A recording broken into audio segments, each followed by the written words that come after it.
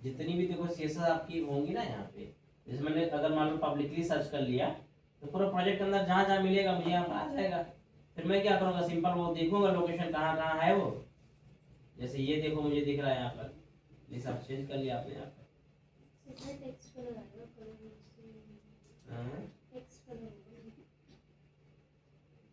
Text में property होती है ना,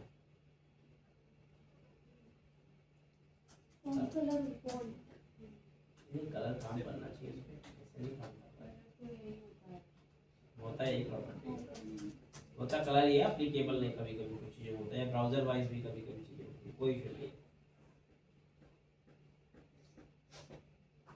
एडमिनिस्ट्रेटिव पेजेस, ये हमें चीज देखनी पड़ेगी। एडमिनिस्ट्रेटिव.css चल रही है इसमें, हम ये देखेंगे कि ब्राउजर में यहाँ पे जो मुझे दिख रही थी,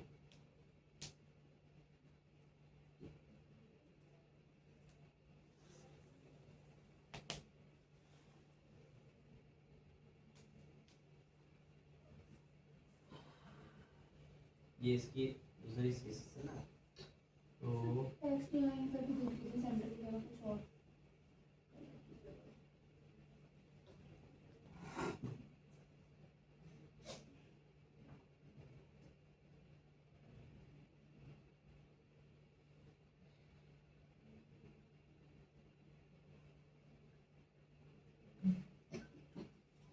ये admin.css लेआउट के अंदर कौन सी चल रही है, लेआउट वो हमें एक तो फाइल देखना पड़ता है कि भाई फाइल चल कौन सी रही है, कहीं ऐसा तो कोई और फाइल चल रही है और हम काम किसी और पे कर रहे हैं।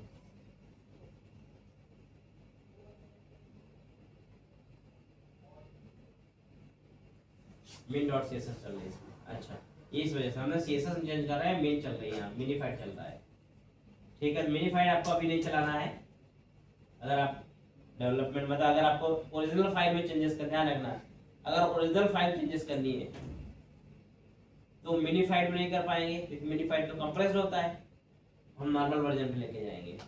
और दूसरा तरीका क्या है, या तो आप खुद की कस्टम सीएसएस बनाओ और थीम के जो सीएसएस है उनको क्या करो, ओवरराइट करो। दो तरीके हो सकते हैं। ठीक है, तो सबसे पहला अगर मैं मान लो मैंने मिनीफाइड हटा दिया, मैंने कहा मैं नॉर्मल यूज करना, नॉर्मल चेंजेस मैंने कर लिया, कोई दिक्कत नहीं है, फिर तो चलना चाहिए मेरा, चल गया, फिर तो चलना चाहिए, कोई इशू नहीं है। लेकिन अगर मैं बोलता नहीं मिनीफाइड यहाँ चलना है, यहाँ तो मिनीफाइड ही चलेगा, ये नहीं बदलना मुझे, थीम की सीएसएस वही रहेगी, कम प्रोडक्शन यूज करनी है, तो हम अब min.css में चेंज नहीं कर पाएंगे बिकॉज ऑफ वो एडिटेबल या चेंजेबल नहीं है। तो उसका तरीका सिंपल ये है कि आप अपना एक खुद का कस्टम सीएसएस बना लो। ठीक है, कस्टम सीएसएस बना लो, कस्टम सीएसएस कॉल कर दो, जैसे हमने site.css है, मान लो यहाँ पर एक मैंने बना लिया अपना सीएसएस, सपोज करो मैं इसको रीनेम कर देता हूँ F5 कस्टम डॉट सीएसएस, और इस सीएसएस फाइल को क्या करिए अपने लेआउट के अंदर आप नीचे नीचे कहीं पर आप इंटरलिंक करा दीजिए, ये उनकी लिंक हो गई यहाँ पर। ठीक है,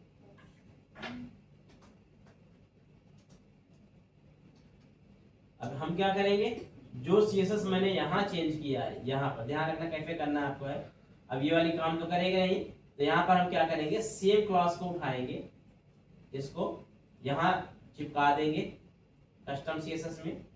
ठीक है, यहाँ पे, और मान लो मुझे कलर चेंज करना है, मान लो कलर दिया मैंने, मान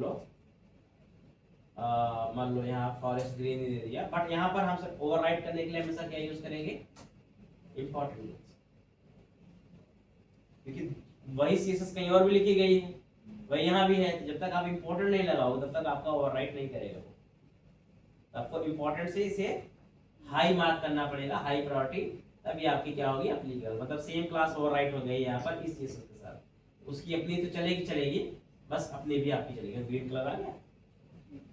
दो तरीका, अगर आपको थीम की सीएसएस में चेंज करना अलाउड है, नॉर्मल सीएसएस लगा उसमें चेंज कर लो, अगर उसमें अलाउड नहीं है, बहुत सारा केस ऐसा होता है, तो अपना कस्टम बनाओ और उसमें उनकी क्लासेस को ओवरराइट करो, मॉडिफाई करो, तो पॉसिबल ही वैसा कर सकते।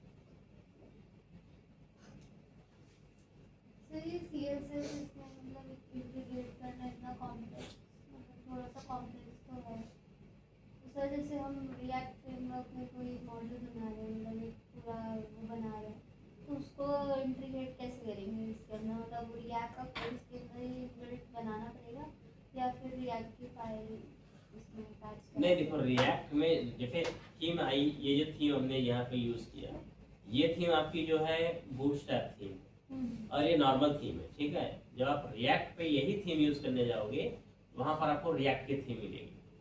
हाँ, तो मैं उसके कंपोनेंट बने होंगे, उसमें क्या होगा, जो हमने यहाँ पर अपना डब्लू रूट में डाला है, वहां पर आपके जो पब्लिक सेक्शन होता है उसमें डालना पड़ेगा सारा। सर उसमें क्या होता है, हमारा पूरा जो सेक्शन होता है उसमें जैसे इसमें है ना सारी सेपरेट फाइल्स बनती हैं, उसमें भी वैसे ही बनती है, कंपोनेंट बनते हैं सारे। तो जो सारे कंपोनेंट की फाइल है वो हमें यहाँ पे डब्ल्यू वाले कॉलम के अंदर सब कॉपी पेस्ट करना पड़ेगा। कौन से प्रकार वहाँ पर जैसे हम सारे कंपोनेंट्स की फाइल बनाते हैं और मतलब वो जो सारे कंपोनेंट्स होते हैं एक मेन फाइल के अंदर मर्ज हो जाती है, क्योंकि हम उसमें वो सब मतलब इंटरलिंक होते हैं सब कुछ, वो पूरा का पूरा एज इट इज फोल्डर लाके कॉपी पेस्ट कर देना। कहाँ? मतलब ये एमबीसी वाले इसमें, या फिर हमें लिखना पड़ेगा अंदर एक कंपोनेंट नहीं, एमबीसी इसमें क्यों, ये तो प्रोजेक्ट अलग है, वो अलग रहेगा। रिएक्ट तो अपने आप में फ्रंट एंड है ना। तो लिंक कैसे करेंगे? नहीं, उस जब हम रिएक्ट का यूज करेंगे तो हम एमबीसी अप्रोच थोड़ी यूज करेंगे, अब हम एपीआई अप्रोच यूज करेंगे। तो हमारी एपीआई एक प्रोजेक्ट बनेंगे और उस एपीआई के जो एंड पॉइंट्स होंगे वो आपके रिएक्ट एप्लीकेशन में कॉल हो जाएंगे कंपोनेंट्स के अंदर, बस। वो तो एक सेपरेट ही फ्रंट एंड है ना, वो तो अलग फ्रंट एंड बनाता है। अगर हम रिएक्ट या एंगुलर यूज कर रहे हैं तो हमें इसके यूआई की जरूरत नहीं है, वो तो अलग फ्रंट एंड कंप्लीटली है ही, उसमें इसका क्या रोल है।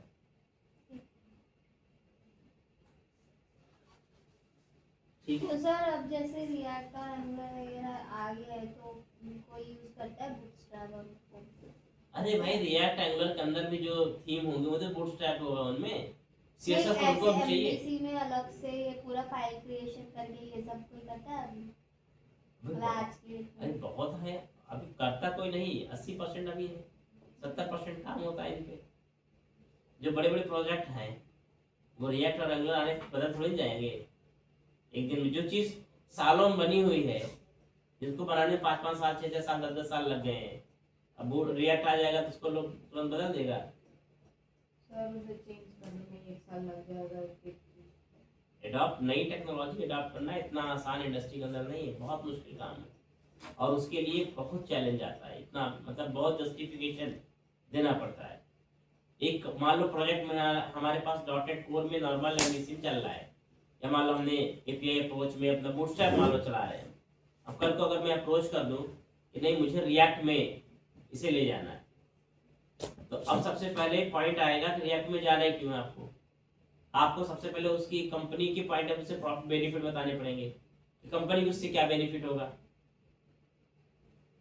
जस्टिफिकेशन एक तो आ गया, अगर मान लो किसी तरह से आपको अप्रूवल मिल गया, जस्टिफिकेशन आपने दे दिया कि फास्ट होता है, ये होगा वो होगा, जस्टिफिकेशन आपने दे दिया, उसके बाद फिर आपको अब रिएक्ट यूज करने के लिए आपको नोड चाहिए। अब नोड के लिए आपको अप्रूवल लेना पड़ेगा, आपके सिस्टम में नोड सिक्योरिटी टीम इंस्टॉल नहीं करेगी क्योंकि नोड ओपन सोर्स है, ओपन सोर्स इनेबल नहीं करेगी वो। अब उसके लिए आपको फिर एक अलग लेवल का अप्रूवल चलेगा, फिर आपको उसमें जो डिपेंडेंसीज होंगी उन्हीं के लिए एक सिक्योरिटी टीम वर्नबिलिटीज होंगी। ये बहुत बड़ी स्टोरी बनती है। अब उसकी डिपेंडेंसीज कोई विजुअल स्टूडियो का है, कुछ और पीएस कोड का है, उसके लिए आप कंपनी लाइसेंस लेगी नहीं लेगी अप्रूवल। और कंपनियां आजकल के टाइम पे ये देखती है कि कहीं 10 पैसे खर्च करने पड़ रहे हैं और कोई बिजनेस फायदा प्रॉफिट नहीं है तो क्यों करेंगे। सिंपल बोलते हैं भाई क्यों, इसका मतलब क्या है, अभी भी बढ़िया चल रहा है ना। हम जे क्वेरी से भी अगर एप्लीकेशन बना रहे हैं, जे क्वेरी में क्या हो रहा है, एप्लीकेशन नहीं चल रही है, बढ़िया चल रही है, फिर लाखों रुपए क्यों खर्च करते। तो देखो कंपनी जितनी छोटी होती है उनकी टेक्नोलॉजी स्टैक उतने जल्दी जल्दी बदलते रहते हैं। कंपनी जितनी बड़ी होती है टेक्नोलॉजी स्टैक उनका उतना जल्दी नहीं बदलता है, टाइम लगता है उनको बदलने में।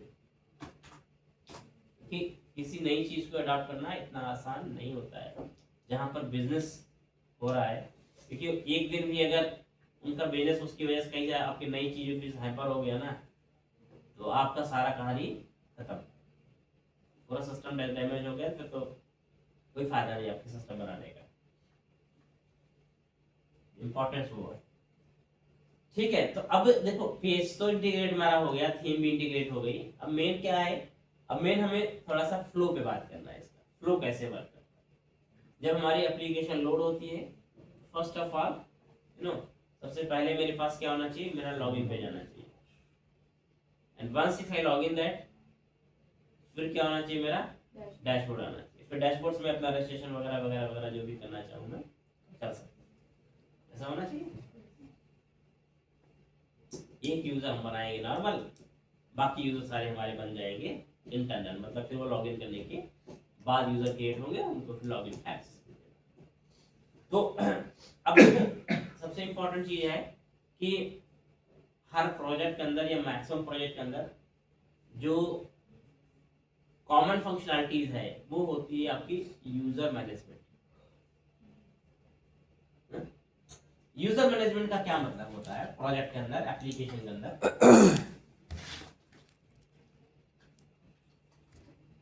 यूजर मैनेजमेंट का मतलब होता है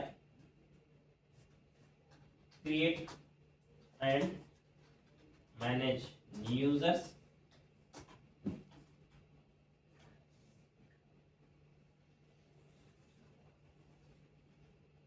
change password, reset password, forget password, वही बोल लो, फॉलो पासवर्ड वही है, change password, reset password, login, नहीं पहले यूजर मैनेजमेंट लिखेगा। और ये सेक्शन होता है यूजर का। देन उसके बाद आपके पास आता है साइन इन मैनेजर। इसमें क्या होता है हमारे पास, log in, log out, validate,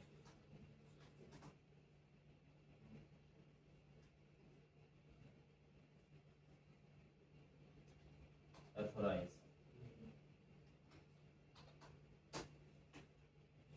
और रोल मैनेजर। इसके बाद आपके पास आता है रोल मैनेजमेंट। इसमें हम क्या क्या करते हैं, create and manage role, assign and unassign role,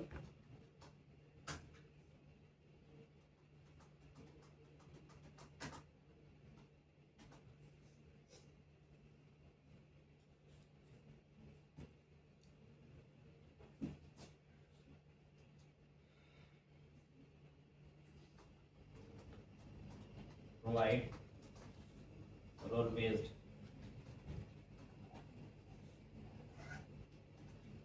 access,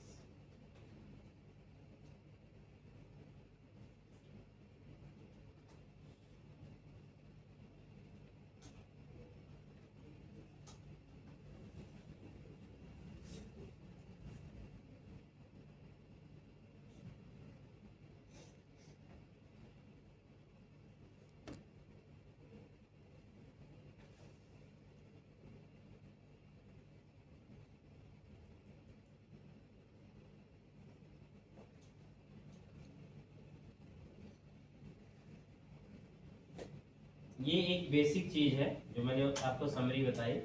ये एक बेसिक चीज है जो हर प्रोजेक्ट का पार्ट होता है। इसमें शायद चीज समझ में आ रही है क्या मतलब इनका है। किसी भी यूजर को मैनेज करने के 3 पार्ट होते हैं। यूजर मैनेजमेंट यानी यूजर नया बनाना है, यूजर को अपडेट करना है, यूजर को डिलीट करना है, यूजर में जो भी इंफॉर्मेशन उसका कोलैबोरेशन कर लो, उसका पासवर्ड चेंज करना है, पासवर्ड रीसेट करना है। ठीक है, जो बेसिक चीजें होती है ये सारा कुछ होता है। दूसरा होता है साइन मैनेजर। अच्छा, जब यूजर नया क्रिएट करते हैं, यूजर क्रिएट करने के अलग अलग केसेस भी होते हैं कि भाई यूजर हम कभी कभी यूजर हम डायरेक्ट बनाते हैं, आई मीन पेज से बनाते हैं, कभी कभी हम लोग किसी थर्ड पार्टी से क्रिएट करते हैं, थर्ड पार्टी से भी एक्सेस एपीआई या कॉलिंग होती है। ठीक है, साइन इन मैनेजर में जनरली यूजर को लॉगिन कराना है, लॉग आउट कराना है और ऑथराइज कराना है। साइन इन में हमारे पास बहुत सारा तरीका हो सकता है साइन इन का, या तो हम यूजर नेम पासवर्ड से साइन इन करा रहे हैं, या हम सिंगल साइन ऑथेंटिकेशन यूज कर रहे हैं, जिसमें हम फेसबुक से, जीमेल से या किसी भी सोशल नेटवर्किंग साइट से ऑथेंटिकेट करा करके हम लॉगिन करा रहे हैं यूजर को। ठीक है, आजकल ट्रेंडिंग है, आपको पता ही है। या फिर हम यूजर को मोबाइल नंबर और ओटीपी के थ्रू लॉगिन करा रहे हैं, मोबाइल नंबर डाला, ओटीपी आया, ओटीपी वैलिडेट के लॉगिन हो गए। तो ये सब अलग अलग कॉन्सेप्ट होते हैं यूजर को लॉगिन कराने। प्रोजेक्ट नीड पर डिपेंड करता है उसे कौन सा अप्रोच चाहिए। ठीक है, लॉगिन है तो लॉग आउट है, और उसके बाद उस लॉगिन यूजर को वैलिडेट भी करना पड़ता है, वो वैलिड है या नहीं है। ठीक है सर, जब भी कोई यूजर एक्सेस करने के लिए जाता है। तो साइन इन मैनेजर में कुल मिलाकर क्या है, लॉगिन लॉग आउट का काम है, लेकिन वो किस सोर्स से होगा, किस वे में होगा, उसके अकॉर्डिंग आपको वो देखना पड़ता है। ठीक है, and same the thing is role management. तो यहाँ पर अब दोनों बातें आ गई कि भाई यूजर ने बन गया, लेकिन अब यूजर को क्या चीज एक्सेस होगी, क्या नहीं एक्सेस होगी, ये रोल पे डिपेंड करता है। तो हम क्या करते हैं, उसको रोल क्रिएट करते हैं, उसको रोल असाइन करते हैं, रोल अनअसाइन करते हैं। ठीक है, और रोल के अकॉर्डिंग उसको हम फिर परमिशंस प्रोवाइड करते हैं कि अगर ये रोल होगा जिसको ये एक्सेस मिलना चाहिए, ये नहीं होगा तो ये नहीं मिलना चाहिए। ठीक है, तो रोल बेस उसको हम एक्सेसिबिलिटीज भी सेट करते हैं। अब ये देखो, ये जो सिस्टम है यूजर मैनेजमेंट का, ये कंप्लीटली देखने में छोटा सा लग रहा है, लेकिन ये एक्चुअल में है बहुत बड़ा। अगर मैं बोलूँ आपको ऐसा एक सिस्टम तैयार करना है जिसमें यूजर मैनेजमेंट का काम करना है, तो एक तो देखो तरीका जो हम लोग बहुत पहले से करते आए हैं, ट्रेडिशनल टेक्निक है, किसी भी लाइब्रेरी का यूज नहीं किया, सब कुछ सबकी हमने टेबल बनाई, सबका हमने लॉजिक लिखा, सबका कोड लिखा, सब कुछ मैनुअल डिजाइन और डेवलप किया। And the process is very time taking and very huge, कि कॉम्प्लिकेटेड वर्क है, इतना आसान नहीं है। इसमें ऑलरेडी आप 2 से 3 महीने खर्च कर दोगे। ठीक है, अगर आप इस प्रोसेस को अकेले बनाने बैठते हो, क्योंकि बहुत कॉम्प्लिकेशन होता है इसमें। ठीक है, अब माइक्रोसॉफ्ट ने ये देखा कि भाई ये जो चीज है, ये चीज सबसे पहली चीज तो ये चीज हर प्रोजेक्ट का पार्ट है, it's a common for every project. कोई प्रोजेक्ट होगा, लॉगिन तो हो गई होगा, रजिस्ट्रेशन तो हो गई होगा, पासवर्ड चेंज हो गए, सब में होता है ये चीज। माइक्रोसॉफ्ट ने देखा कि ये चीज कॉमन है, इसके लिए माइक्रोसॉफ्ट ने एक अलग से फ्रेमवर्क बना दिया। ठीक है, उस फ्रेमवर्क के अंदर माइक्रोसॉफ्ट ने नेसेसरी टेबल, जरूरत के पेजेस, बेसिक चीजें जितनी होती है, बनी बनाई सर्विसेज, क्लासेस, मॉडल, ये सब कुछ रेडी करके आपको देती है। तो आपको क्या करना है, आपको उस फ्रेमवर्क को यूज करना है। जैसे आप यूज करोगे, आप देखोगे आपको ऑलमोस्ट चीजें जो होगी रेडीमेड मिल जाएगी। उससे हमारा 90% काम जो है वो उनकी लाइब्रेरी कर देगी या फ्रेमवर्क कर देगा। 10% हम अपने हिसाब से इंटीग्रेशंस पे फोकस करेंगे, हमारा काम हो जाएगा। मतलब जो काम आपका 3 महीने का था, शायद आप उसको 1 हफ्ते के अंदर अंदर आराम से कर सकते, विद इन ए वीक या 10 दिन में भी निपटा सकते। इतना आपका वर्क ऑप्टिमाइज हो गया। उस फ्रेमवर्क का नाम दिया माइक्रोसॉफ्ट ने identity, that is identity management, identity नाम से फ्रेमवर्क। ठीक है, तो अगर हमें यूजर मैनेजमेंट का काम करना है किसी प्रोजेक्ट के अंदर, वी हैव 2 ऑप्शन, 2 तरीके हैं। Either if you want to write everything is custom, so go for create tables, schemas, SPs, business logic, सब कुछ खुद लिखो, फॉर्म डिजाइन करो, सब कुछ मैनुअल बनाओ। आइदर वो विथ आइडेंटिटी। अगर मैं आइडेंटिटी के साथ जाता हूं, देयर इज 70 to 80% लॉजिक और रेडीमेड, 10 to 20% हमें काम करना पड़ेगा, बाकी सब कुछ आपको बना है।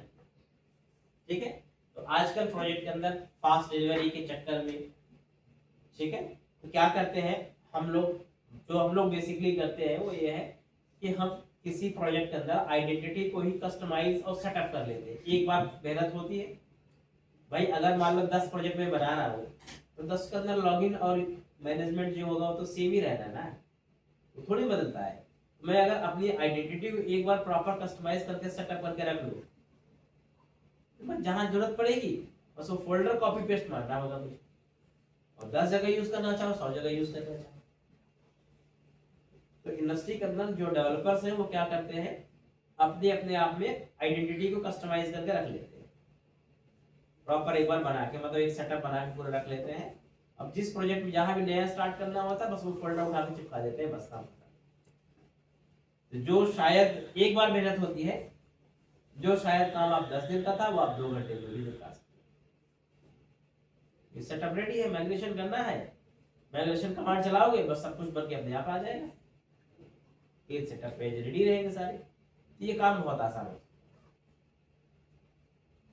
लेकिन इसके लिए वन टाइम एफर्ट्स करना। अब भाई आपको सीखना है तो आपको भाई आइडेंटिटी का बेसिक स्क्रैच मिल जाएगा, लेकिन हम जब प्रोजेक्ट पे काम करते हैं तो हम पूरा सेटअप करके एक बार रख लेते हैं। और ऐसे हम एक नहीं बहुत सारी चीजें होती है जिसको हम लोग ऐसा मेंटेन करके रखते हैं ताकि हम उसको अगेन एंड अगेन प्रोजेक्ट के अंदर रीयूज कर पाए। देखो बहुत सारे प्रोजेक्ट में ना बहुत सारी चीजें कॉमन होती है। अब जो चीज हमारे पास कॉमन है कोशिश करते हैं उसे दोबारा प्रोजेक्ट में लिखे जाते हैं, इसे दूसरे प्रोजेक्ट में दोबारा कोड ना करना पड़े। तो हमेशा हम क्या करते हैं, उन चीज़ों को ऐसा डिज़ाइन करते हैं कि उसको जहाँ जिस प्रोजेक्ट में चाहिए बस उसको वहाँ से उठाओ और दूसरे प्रोजेक्ट चिपकाओ, काम ऐसा सेटअप होना चाहिए। तो वो डेवलपर का अपना कंसर्न है, ताकि उसका टाइम सेव करना है तो टाइम सेव करने के लिए ऐसा करते हैं। तो फिलहाल आइडेंटिटी हमारे पास ऑप्शन है, तो हम कस्टम अगर ये चीज़ सब बनाए, यूजर मैनेजमेंट का काम हमारे लिए बहुत बड़ा होता है, बट अगर हम आइडेंटिटी थ्रू जाते हैं तो हम बहुत आसानी से और जल्दी ये काम कर सकते हैं। हमें कोई चैलेंज और कोई बहुत ज़्यादा टाइम इसमें नहीं लगने वाला।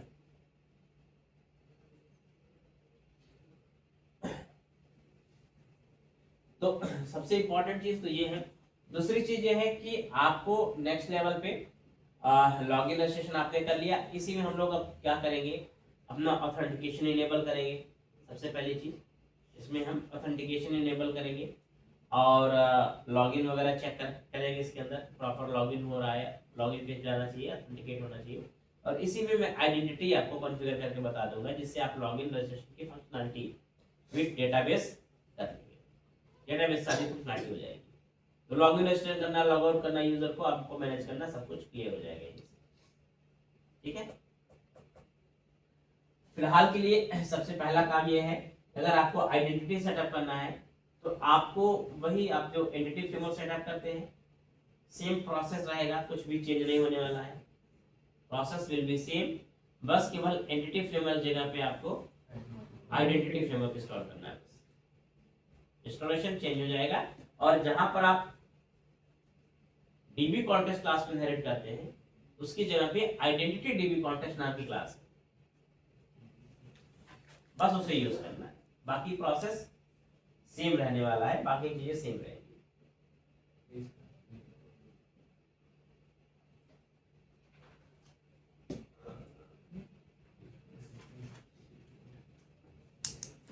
ठीक है, तो सबसे पहले देखो अगर आपको सेटअप करना है तो पहला काम मेरा यही है, मैं सब कुछ क्लोज कर दे रहा हूं फिलहाल के लिए। तो सबसे पहले क्या करेंगे, अपना आप डिपेंडेंसी इंस्टॉल करेंगे।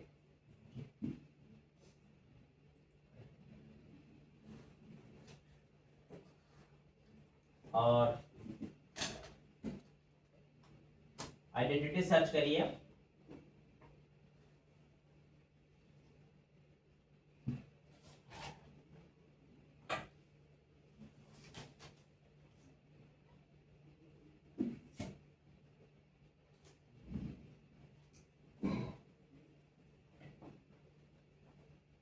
बस आप इसे इंस्टॉल कर लो बस।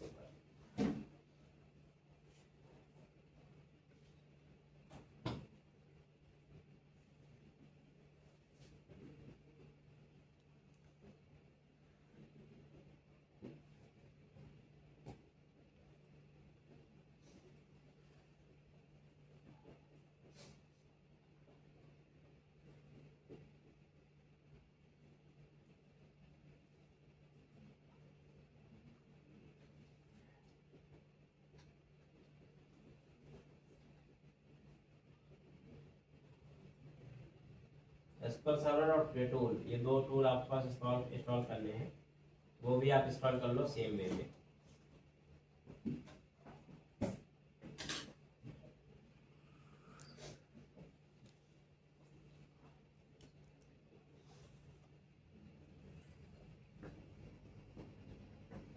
ये भी इंस्टॉल हो गया, टूल भी यहीं आसपास होना चाहिए कहीं पे।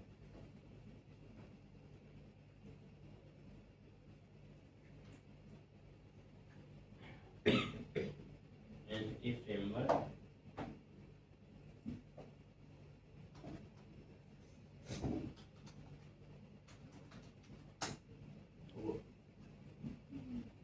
टूल भी यहाँ पे है, इसे इंस्टॉल कर लो। ये तीन चीजें आपके पास इंस्टॉलेशन में इंपॉर्टेंट है, आपसे इंस्टॉल कर लो। बाकी फिर मॉडल सेटअप ऐसे ही करना पड़ेगा। तो सबसे पहले हम यहाँ पर क्या करेंगे, नया कुछ नहीं बनाते, एक नई क्लास बना देंगे, इसका नाम वही दे देंगे, क्या दे देते हैं, मान लो लीड डीबी कॉन्टेक्स्ट, ठीक है। और इसमें हम वैसे क्या करते हैं, डीबी कॉन्टेक्स्ट करते थे, यहाँ पर क्या करेंगे हम लोग, आइडेंटिटी डीबी।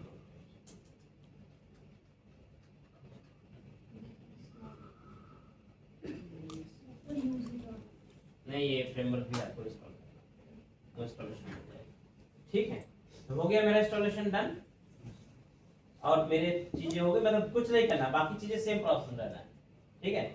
इंपॉर्टेंट ये है कि जब आप कभी आइडेंटिटी भी कॉन्टेक्स्ट के साथ माइग्रेशन करेंगे, तो यहाँ पर जो ये आइडेंटिटी नाम का फ्रेमवर्क है, ये फ्रेमवर्क क्या करता है, ये कुछ डेटाबेस टेबल खुद से जनरेट करता है।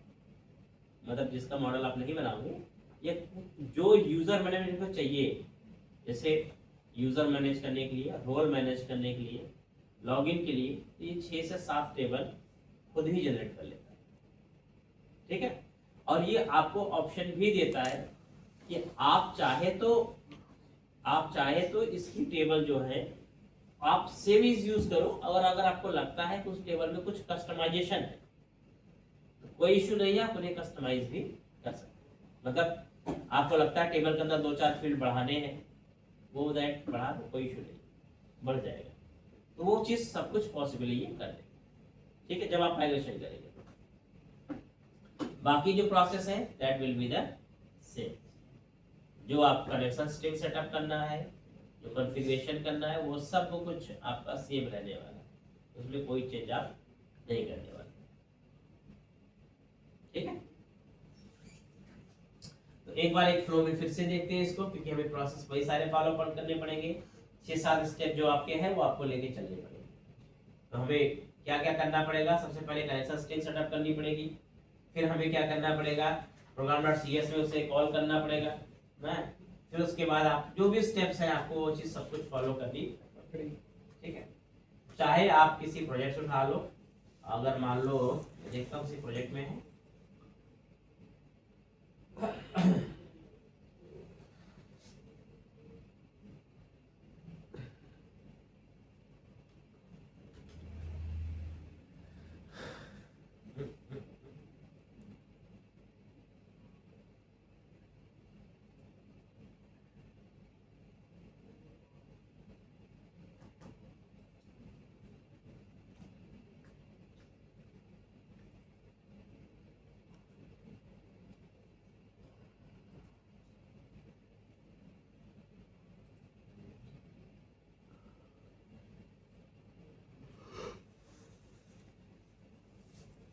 अगर स्टेप्स कहीं मिल जाएंगे तो हमारा काम आसान हो जाएगा, तो वही करना पड़ेगा। देखता हूँ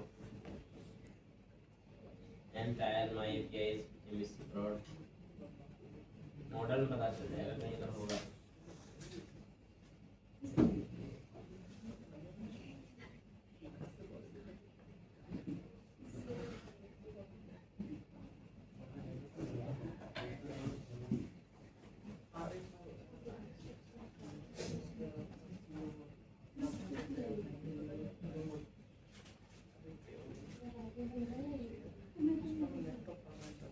हाँ, ये आपकी एप्लीकेशन है, मैं इस एप्लीकेशन के अंदर आपको सेटअप करा लूँ। ऑलरेडी इसमें सेटअप नहीं होगा मेरे पास क्लेम है।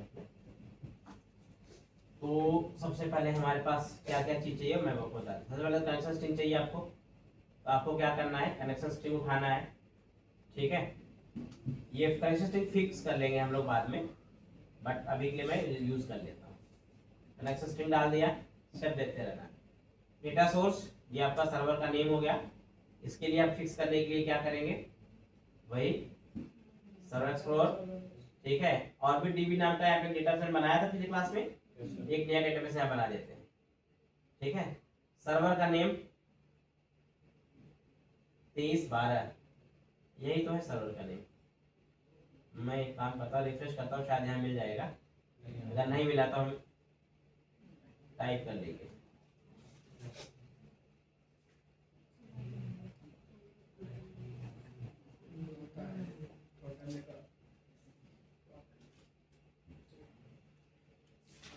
तेईस 12, ये नया डेटाबेस यहाँ बना दो आप, ठीक है। लीड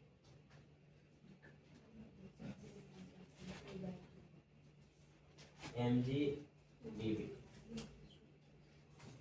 MGST, ठीक है। ये मेरा सिंपल सा कनेक्शन स्ट्रिंग था, डेटाबेस का नाम था। अब इसको कॉपी कर लो और इसको आप रिप्लेस कर दो। नंबर 1 काम डन हो गया आपके पास, ठीक है। पहला काम खत्म। उसके बाद क्या करना है, जस्ट गो विद program.cs, ठीक है। और program.cs में जाकर के वहां के जो कॉन्फ़िगरेशंस बेसिक हैं आप उसे पहले उठा के डाल दो। बेसिक कॉन्फ़िगरेशन हमारे पास क्या है, एक तो ये है। अब उसके अलावा इतना कॉन्फ़िगरेशन उठाना है मुझे। अब ये क्या है मैं आपको समझा देता हूँ। program.cs में यहाँ पर देखो, सबसे पहले तो ये आपको सबको पता है कि ये तो मॉडल कॉन्टेक्स्ट क्लास हो गई। डीबी कॉन्टेक्स्ट क्लास का नाम चेंज कर लेते हैं पहले, तो ये डाल देंगे, ठीक है।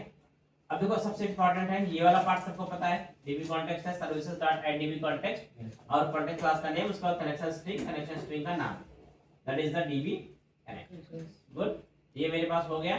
अब क्या करते हैं, नेक्स्ट आप यहाँ पर एक आइडेंटिटी जब यूज करते हैं तो आइडेंटिटी की सर्विस ऐड करते हैं, ठीक है। और सर्विस में हमारे पास दो चीजें होती है, एक होता है आइडेंटिटी यूजर और एक होता है आइडेंटिटी रोल, ठीक है। क्योंकि मैंने बताया ना, रोल मैनेजमेंट यूजर मैनेजमेंट, तो यूजर होगा और रोल होगा। यहाँ पर पहला क्लास हमारे पास होगा, यहाँ पर बताता भी है। वैसे ये चीज हमें देने की जरूरत क्यों पड़ती है, क्योंकि उसे जब वो ये टेबल और मॉडल जब उसी के हैं तो हमें क्यों देना है, ये हमें इसलिए देना पड़ता है क्योंकि ये मान चलता है कि आप अपने टेबल को कस्टमाइज कर रहे हो, ठीक है। मान लो आइडेंटिटी यूजर नाम का इसने मॉडल बनाया हुआ है, उसमें इसने कुछ फील्ड बनाए होंगे। आप देखोगे इसके अंदर जब चलोगे, इसके अंदर इसके राइट क्लिक करके डेफिनेशन पे जाओगे तो आप देखोगे इसके अंदर कुछ फील्ड इसने खुद से बनाए होंगे। यूजर नेम देखो ऑलरेडी बना रखा हुआ है, ठीक है। जियो आईडी सिक्योरिटी स्टैम्प ये खुद ही बनाता है, ठीक है। तो ये जो चीजें हैं ये खुद बना रहा है, ये क्लास है, एज अ टाइप यूज हो रहा है। और इसके अंदर ये खुद ID, user name, normalize user, email, ये देखो सारी प्रॉपर्टी जैसे मॉडल प्रॉपर्टी बनाते थे ये खुद बना दे रहा है। लेकिन ये मान चल रहा है कि आप इसे कस्टमाइज भी कर सकते हो। इसलिए program.cs में बोलता है कि आप वहां जाकर अपना पहले जो मॉडल आपने कस्टमाइज किया, ओवरराइट किया, उसको आप वहां कॉन्फ़िगर कर दो कि आपका रोल का कौन सा क्लास है और यूजर का कौन सा क्लास है। यूजर और रोल क्लास को हमने सर्विस के थ्रू मैप कर दिया कि हमारे ये रोल का क्लास और ये यूजर क्लास, ठीक। अब ये सब चीजें हैं, जब आप इसको एक बार माइग्रेट करोगे आपको पता चलेगा क्या क्या फील्ड लोग खुद बना रहा है और क्या कस्टमाइज करके हमें खुद बनाना है। तब आप कस्टमाइजेशन करेंगे तो अच्छा लगेगा, ठीक है। फिलहाल ये चीज स्पेसिफाई कर दिया है यहाँ पर, और बाकी तो डीबी कॉन्टेक्स्ट क्लास ही है, कुछ तो है नहीं यहाँ पे। ये मेरे पास मेरा कॉन्फ़िगरेशन हो गया। उसके अलावा यहाँ पर एक और बेसिक कॉन्फ़िगरेशन है जिसको अभी देने की जरूरत है नहीं वैसे आपको, लेकिन आप चाहो इसे दे सकते हो। ये कॉन्फ़िगरेशन है, दैट इज आइडेंटिटी कॉन्फ़िगरेशन। ये यूजर जो बनता है ना आइडेंटिटी में, ये उसके लिए होता है कि जब आप कोई यूजर बनाएंगे तो उस यूजर को बनाने के लिए पासवर्ड की लेंथ कितनी चाहिए होगी, वैलिडेशन होते हैं, ठीक है।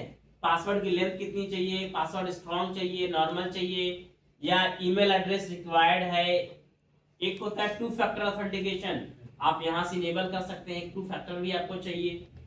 तो जो वैलिडेशन आप यहाँ से सेटअप करोगे, आपका जो टोकन जनरेट होगा, लॉगिन का टाइम कितना मेंटेन करके चलना है, 30 मिनट का, 1 घंटे का, 2 घंटे का, ये सारा कॉन्फ़िगरेशन आप देखोगे यहाँ पर।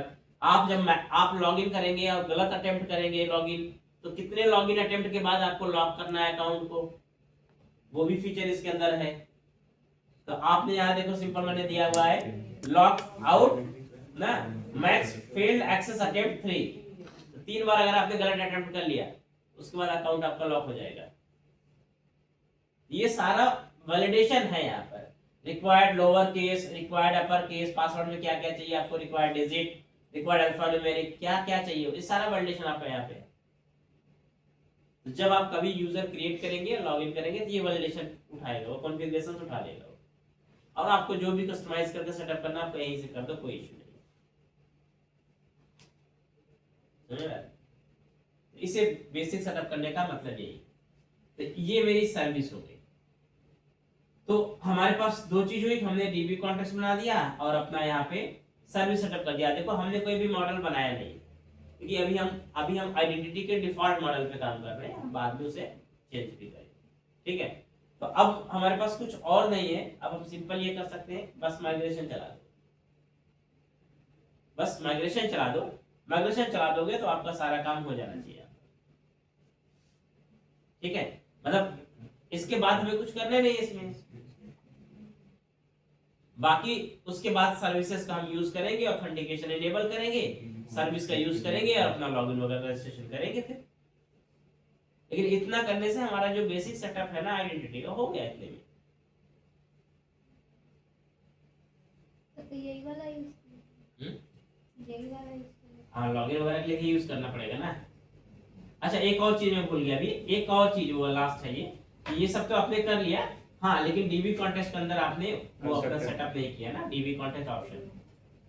तो ये चीज भी आपको सेटअप करने की जरूरत पड़ेगी। अपना कहाँ पे है, इसमें कुछ तो है नहीं ऐसा, ठीक है। मॉडल यहाँ पर डीबी शीट मैंने कोई नहीं बनाया, क्योंकि भी नया मॉडल में कुछ लेके चल ही नहीं रहा हूँ, डीबी का यूज करना है। माइग्रेशन कर दे इसका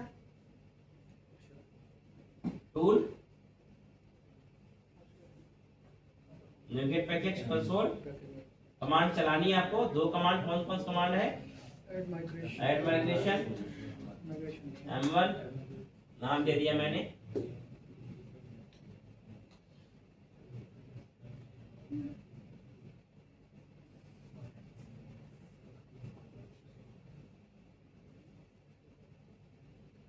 अब जब ये माइग्रेशन कमांड चलाएगा और इसने जो फाइल जनरेट की, पहले अपडेट करने से पहले ये देखना आपको है, ये जो फाइल जनरेट हुई यहाँ पर है, इस फाइल में देखना क्या क्या बन रहा है। अप वाले मेथड में देखो, आप यहाँ पर देखो एक टेबल बन रही है, किस नाम से, ASP नेट रोल नाम से, column ID, name, memorize name, currency stamp, ये सब अपने आप बन रहा है। दूसरी टेबल ASP नेट यूजर नाम से, देखो ये सब टेबल खुद ही बना रहा है, इसमें सारे कॉलम में कुछ नहीं रखे हुए हैं जो यूजर मैनेजमेंट के लिए यूज करेगा, ठीक है। फिर तीसरी table ASP net role claims, claim manage करने के लिए है, ठीक है। फिर आप देखोगे चौथी table ASP net user claims, role claims, user claims, ASP net user logins. फिर आप देखोगे ASP नेट यूजर रोल्स, ये सारा टेबल ये खुद ASP नेट यूजर टोकन्स, ये सारी टेबल खुद ही बना रहा है। तो 2, 4, 6 और 1, 7 टेबल ये अपने से बना लेगा। ये यूजर मैनेज करने के लिए इसके पास सफिशिएंट टेबल्स हैं। कस्टमाइजेशन पूरा अलाउड है, बाकी ये इतना बना के देगा, ठीक है। तो अगर मैं यहाँ पर सिंपली अपडेट डेटाबेस करता हूँ तो ऑटोमेटिकली ये टेबल मेरी डेटाबेस के अंदर क्या हो जाएंगी, बिल्ड हो जाएंगी। तो मुझे क्या करना है, सिंपल अपडेट डेटाबेस, मेरे उस डेटाबेस के अंदर ये सारी टेबल बन के रेडी हो जाएंगे। और ऑलमोस्ट सर्विस आपको जो चाहिए वो भी मिलेगा, मतलब आपको कोड भी नहीं लिखना, बना बनाया मेथड मिलेगा सब कुछ। तो यहाँ पर आप देखोगे जब टेबल सेक्शन में जाओगे, यहाँ पे आप राइट क्लिक करके आप क्वेरी चला लो। क्वेरी टेबल देखने के लिए क्या यूज करते हो, सेलेक्ट फ्रॉम दिस डॉट, अरे यहाँ पर देखो सारे टेबल आपको दिख रहे होंगे जो इसने बनाई है, टेबल आपको यहाँ दिख रही है। ASP नेट यूजर्स अगर आप सिलेक्ट चलाओगे इसका, अब देखो इसके अंदर आपको F5 क्या है, तो यहाँ पर देखो एक टेबल बन गई पूरी है, कॉलम इसके आपको दिखेंगे सारे, ठीक है, इसके कॉलम भी आपको दिख रहे हैं, एवरी इंफॉर्मेशन। ये आइडेंटिटी की खासियत। अब हमें बहुत कुछ नहीं करना, हमें केवल अपना सर्विस बनाना है या कंट्रोलर पे जाके सिंपल जो सर्विस ये दे रहा है उस सर्विस को इंस्टेंशिएट या इंजेक्ट कराना है और बस उसके मेथड को कॉल करते जाना है, चाहे रजिस्ट्रेशन कराना हो, लॉगिन कराना, कुछ भी कराना हो, मेथड उनके तरीके से कॉल करते जाओ, सब कुछ होता जाएगा। कोई लॉजिक आपको नहीं लिखना है, वो लॉजिक सब कुछ परफॉर्म कर देगा। तो आइडेंटिटी ने हमारे यूजर मैनेजमेंट काम को बिल्कुल सिंपल और इजी कर दिया। अगर ये नहीं होता है तो शायद यूजर मैनेजमेंट करने का काम बहुत लंबा होता है और बहुत टाइम टेकिंग होता है अपने आप। ठीक है, identity is 100% same of entity framework, वो एंटिटी फ्रेमवर्क ही है, लेकिन आइडेंटिटी में खासियत क्या है, तो उसके अंदर एक फीचर और है, दैट इज यूजर मैनेजमेंट। बाकी तो नॉर्मल डीबी कॉन्टेक्स्ट, अगर आपको यूजर मैनेजमेंट का काम नहीं करना है तो डीबी कॉन्टेक्स्ट यूज करो, और अगर यूजर मैनेजमेंट के साथ काम करना है तो आइडेंटिटी डीबी कॉन्टेक्स्ट यूज करो। बस इंस्टॉलेशन आपके सेम रहने हैं, कोई चेंज नहीं होता है, एंटिटी फ्रेमवर्क वही इंस्टॉल होगा, एसक्यूएल सर्वर वही होता है, टूल वही होता है, सब कुछ वही होता है, सारे पैकेज सब कुछ सेम है। क्लियर है, बात समझ आ रही है?